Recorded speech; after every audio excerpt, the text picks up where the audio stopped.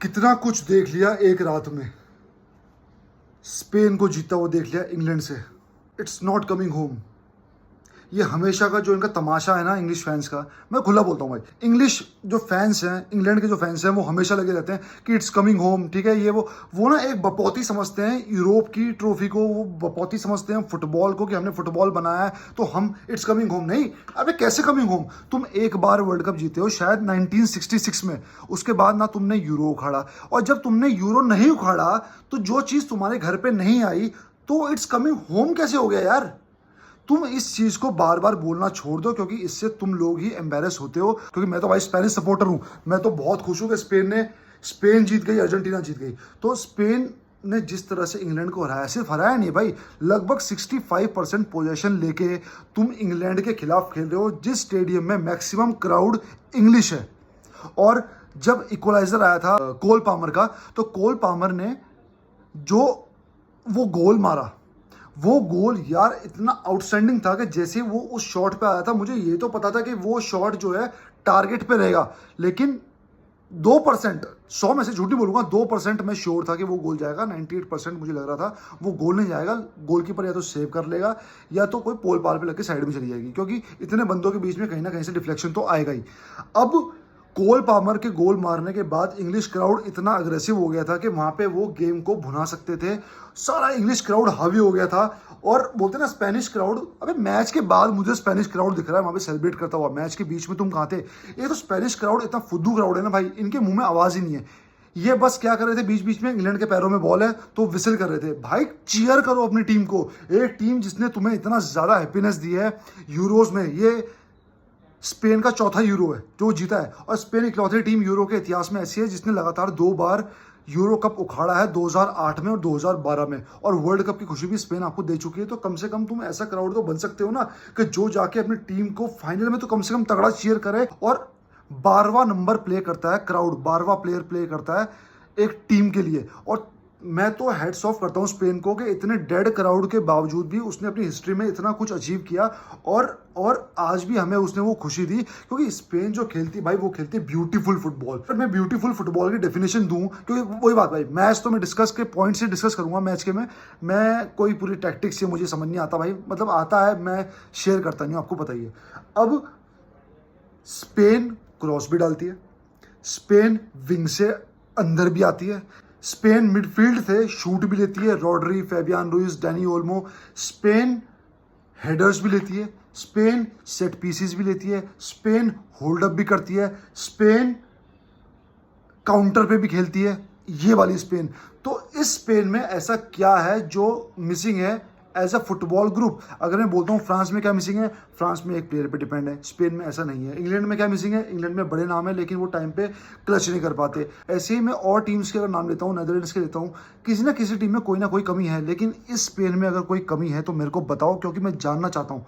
क्योंकि एक as a football fan मुझे इस स्पेन के गेम में कोई प्रॉब्लम नहीं लगती, क्योंकि अगर तुम क्वार्टर फाइनल्स में जर्मनी को हरा के आ रहे हो उनके घर पे, तुम सेमीफाइनल्स में फ्रांस को हरा के आ रहे हो, एम्बाप्पे को बाहर करके आ रहे हो, तुम फाइनल्स में लगभग बेंच की सबसे स्ट्रॉन्ग टीम, एक स्क्वाड की सबसे स्ट्रॉन्ग टीम को हरा के आ रहे हो, वो भी ऐसे नहीं 65% पोजीशन लेके और 2-1 से अगर पेल रहे हो, तो तुम एक आम टीम नहीं हो। और ये टीम मैक्सिमम नई टीम है, और ये कोच बिल्कुल, और उसने यूरो कप जिता दिया।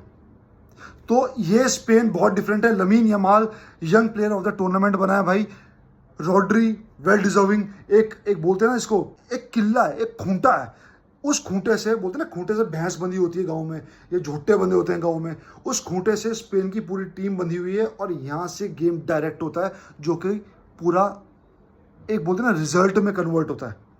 तो रॉड्री वो बंदा है। Danny Olmo, oh my God, जो यमाल ने मिस किया था ना शॉट, जहां पे गेम सील हो सकता था, जब डैनी ओल्मो ने बिना बॉल को छुए पता नहीं क्या पैर ऊपर से नीचे निकाला और वो बॉल डायरेक्टली बूट पे गई यमाल के टू फिनिश। वो फिनिश होना चाहिए था लेकिन वो नहीं कर पाया। वो चीज़ बुरी है, क्योंकि अगर हम यमाल को बोल रहे हैं कि वो अच्छा खेल रहा है तो सिंपल चांस उसको फिनिश करना चाहिए था। एटलीस्ट एक तगड़ा शॉट तो वहाँ पे लेना चाहिए था। बात करें फिल फोडन की, फिल फोडन यार क्लब में जितना स्ट्रांग है, वो कभी भी इंटरनेशनली अपने टीम को बोलते ना दे नहीं पाया, वो परफॉर्मेंस नहीं दे पाया, वो कंट्रीब्यूशन नहीं दे पाया जो इंग्लैंड को उससे चाहिए।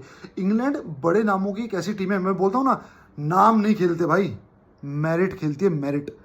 हैरी केन फिर सब्स्टिट्यूट किया, पता नहीं क्या सोच के सब्स्टिट्यूट किया साउथगेट ने। साउथगेट अब तक कर क्या रहा है इस टीम में, जो जो बोलते हैं ना केन को बैठा देता है, और जहाँ पे गोल्स की ज़रूरत थी वहाँ पे ट्रेंट अलेक्जेंडर आर्नल्ड को डालना चाहिए था, वो क्रॉस डालता हैरी केन को, वॉटकिंस को, वो कन्वर्ट कर सकते थे। लेकिन पता नहीं कौन सी मैनेजमेंट है, क्या मैनेजमेंट है, पीआर को खुश करता है जिसकी वजह से वो अब तक कोच है इतने सारे फेलियर्स के बाद भी। तो ये मत कहना कि इंग्लैंड लास्ट यूरो की फाइनलिस्ट है। इंग्लैंड वर्ल्ड कप में आई थिंक सेमीफाइनल गई थी, आज ये फाइनल से बाहर हुई है। नहीं भाई, ऐसे तो लुइस एनरिके भी यूरो का सेमीफाइनलिस्ट है, वो भी पेनल्टी में बाहर हुआ था, लेकिन उसको निकाल दिया ना भाई वर्ल्ड कप के बाद। आप 2 से ज्यादा टूर्नामेंट एक कोच को नहीं दे सकते, और साउथगेट को लगभग 3 टूर्नामेंट तो कम से कम मिल चुके हैं। अब इसको फायर होना चाहिए, क्यों नहीं हो रहा मुझे समझ नहीं आ रही।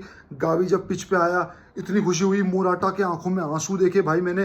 डैनी कार्वाहाल, भाई भाई भाई भाई भाई, ये पॉइंट बहुत बोलते हैं, एक ना एक दिल से निकला हुआ पॉइंट है, एक बारसा फैन के बैलोन डी'ओर डैनी कार्वाहाल को मिलना चाहिए। क्योंकि हम बोलते हैं ना we Barca fans are football lovers, हम फुटबॉल लवर पहले हैं फिर हम क्लब लवर हैं, तो हमें एज अ फुटबॉल लवर बोलना पड़ेगा डैनी कार्वाहाल को मिलना चाहिए बैलोन डी'ओर। क्यों? Reason, La Liga, UEFA Champions League अच्छा परफॉर्म किया उसमें भी, प्लस आपका यूरोज, इंटरनेशनल ट्रॉफी आ गई, क्लब फुटबॉल की सबसे बड़ी ट्रॉफी आ गई, और डोमेस्टिक की ला लीगा आपके पास आ गई। और डैनी कार्वाहाल ने इस टीम को होल्ड किया भाई। इस टीम को डैनी कार्वाहाल ने परफॉर्मेंसेस दिए हैं, विंग पे दिए हैं, और गोल्स मारे हैं क्लब लेवल पे भाई। और मैं ये कहना चाहता हूँ, अगर यहाँ पे इंग्लैंड जीतती तो बैलोन डी'ओर मिलना चाहिए था बेलिंगम को, सेम। लेकिन अब एज अ बार्सिलोना फैन मैं चाहता हूँ भाई कि as a football lover Carvajal को बैलोन डी'ओर मिलना चाहिए। क्योंकि अगर हम इस चीज़ को डिनाई करते हैं तो हम खुद से झूठ बोल रहे हैं। अगर हम इस चीज़ को डिनाई करते हैं तो हमने अंदर का अपना फुटबॉल फैन मार दिया, और हम उन प्लास्टिक फैंस की तरफ बन चुके हैं जो सिर्फ एक तरफा चाटुगिरी के चक्कर में अपने प्लेयर का सत्यानाश कर चुके हैं। और हमारे में यही फ़र्क है कि हमने हमेशा फुटबॉल को सपोर्ट किया है, इसलिए हमारा आइडल सब कुछ जीत चुका है। हमारी इंटरनेशनल टीम स्पेन सब कुछ जीत चुकी है, हमारी बार्सिलोना सब कुछ जीत चुकी है, डिफरेंट लेवल ऑफ ट्रेबल जीत चुकी है, सेक्स ट्रेबल जीत चुकी है, ठीक है। और जितनी वैरायटीज़ हो सकती हैं ट्रॉफी की कैबिनेट में, वैरायटीज़, मैं नंबर ऑफ ट्रॉफीज़ नहीं बोल रहा हूँ, वो सारी खुशियाँ हमको मिल चुकी हैं एज अ फुटबॉल फैन, और हमें रिस्पेक्ट करना पड़ेगा इस चीज़ को भाई, ठीक है। तो ये मैं कहना चाहता था, ये चीज़ मैं आप लोगों से शेयर करना चाहता था। और अब ट्रांसफ़र शुरू होंगे, उसके बारे में हम बातचीत किया करेंगे रेगुलरली, वीडियोस अब रेगुलर आएंगी, क्योंकि पिछले 2 दिन से मैं बाहर हूँ, और अभी मैं बाहर से आया हूँ भाई। खाना खाते ही ये देखो जूते की आवाज़ आ रही होगी, मैंने शूज़ भी नहीं निकाले, सबसे पहले मैंने वीडियो बनाई, क्योंकि रात से मेरे अंदर हिलोरे उठ रहे हैं कि कब मैं आपसे अपनी बातें शेयर करूँगा रिगार्डिंग स्पेन एंड मेसी। चलिए गाइस, मिलते हैं, विस्कल बारसा।